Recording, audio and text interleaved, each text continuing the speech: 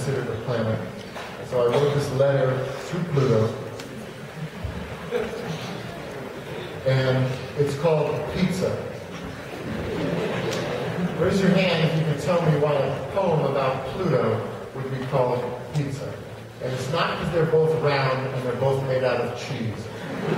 You're the guy who recited the poem in Ireland. What's your name again? I'm David.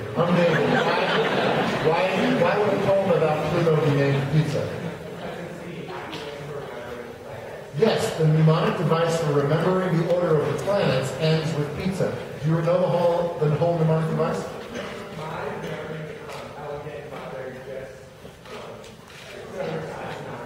My very elegant mother just served us 9 pizzas. Correct.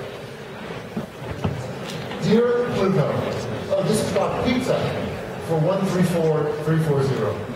Oh, and there's one other scientific fact in here that I debunk.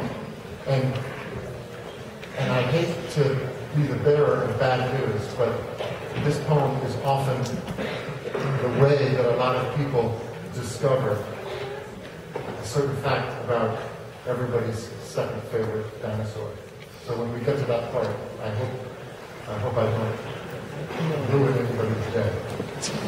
Pizza, dedicated to 134340. Dear Pluto, you will always be a planet in my solar system. The International Astronomical Union has demoted you, called you a dwarf planet, and cast you in with the other icy bodies of the Kuiper Belt. But what do they know? Who ever heard of the 8 planets of the solar system? My very elegant mother just served us 9? That doesn't make any sense. My stands for what? Mercury. Larry? Educated? Mother? Just served us 9? Neptune. Without Pluto's pizzas, at the end of the mnemonic device, children everywhere will go hungry. See, we love the extremes. The biggest and the smallest of everything hold special places in our hearts.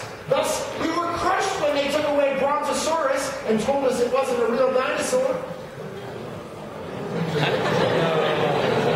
I'm so sorry. There's actually a footnote about that. I'll read a footnote. I hate to be the bearer of bad news, and this poem often is, but I assure you it's true. The 19th century paleontologist who named Brontosaurus mistakenly believed that he had discovered a new species of sauropod, when in fact he had only discovered a full-grown skeleton of an existing sauropod previously discovered known as Apatosaurus. But before the mistake was discovered, the public had fallen in love with the idea of the massive Brontosaurus. However, since it is essentially a synonym for Apatosaurus, the name Brontosaurus is no longer the preferred term for this particular species of sauropod. And there's an article in the New York Times today about sauropods.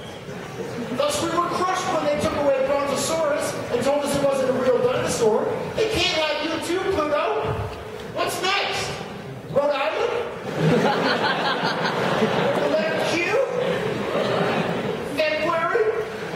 The penny? It's just not right. Give Pluto back to the planets. Pluto lives. Pluto rocks. Thank you.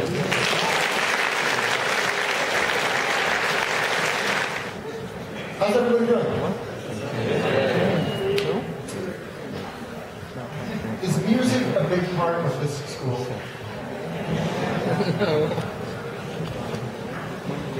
Are there various choruses and choirs and singing groups?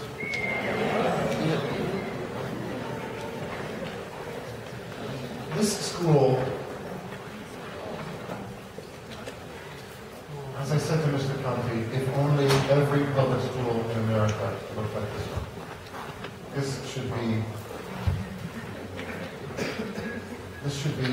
This is the temple. This is what all high schools should be. You have good teachers here as well? Are the teachers as great as the building is? Better. No, yes! Teachers, that's high praise.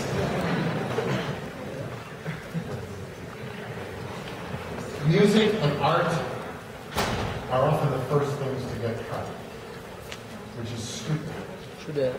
Because there was research to back up that students who take music and art do better in school. Why would you never cut music and art? It's because the connection between academic achievement and artistic expression, nobody understands it. It can't be true. We don't have time to waste on poetry and art and music. Our kids need to study math and science because there's a test. We have to teach to the test. If you teach to the test, you're going to end up defeating the purpose. I don't understand quite why that's true, but there's a Buddhist expression that says, if you work too hard to achieve one goal, you will achieve the opposite. And I think that is what is at work when state budgets get crunched and school administrations decide we have to pass the test, so let's only focus on what's on the test. Keep music and art, you'll end up passing the test.